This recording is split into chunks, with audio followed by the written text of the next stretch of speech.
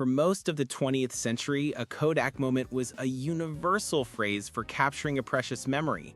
The company, founded by George Eastman, didn't just sell cameras and film, it sold nostalgia itself, wrapped in a simple promise. You press the button, we do the rest.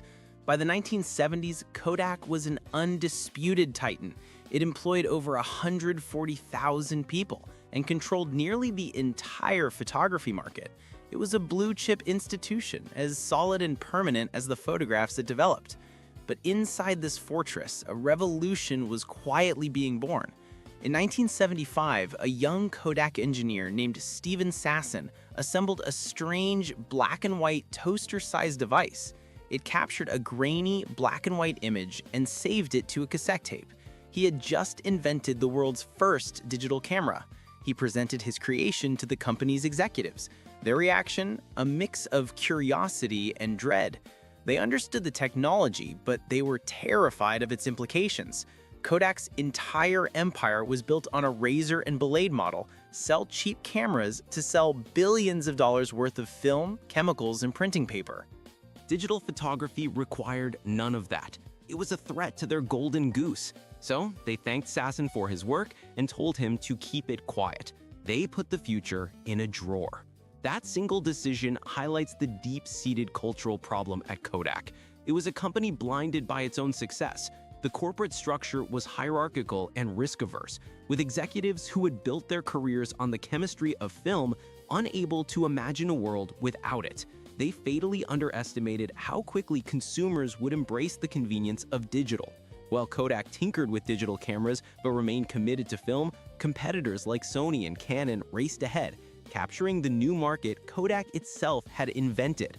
They failed to see that the world was shifting from preserving memories to sharing experiences instantly. The smartphone, with its integrated camera and software ecosystem, was the final blow. In 2012, the company that had defined photography for a century filed for Chapter 11 bankruptcy. Today, Kodak is a shadow of its former self, a case study taught in every business school. It emerged from bankruptcy, focusing on commercial printing and even advanced materials for pharmaceuticals. But the struggle continues. Just this year, the company issued a going concern warning, signaling substantial doubt about its ability to stay afloat. The lessons from its fall are more relevant than ever in our age of rapid disruption. The first is that you must be willing to disrupt your own business. If you don't, someone else will, and they won't hesitate. The second is that corporate culture is everything. Kodak's failure wasn't technological. It was a failure of imagination, a failure of nerve. They had the engineers and the patents, but not the vision. The final lesson is that success is a terrible teacher. It can breed the complacency that prevents you from seeing the next wave coming. The phrase Kodak moment used to mean capturing a memory. Today, it means that critical moment in time when a company faces a choice: evolve or become a memory itself.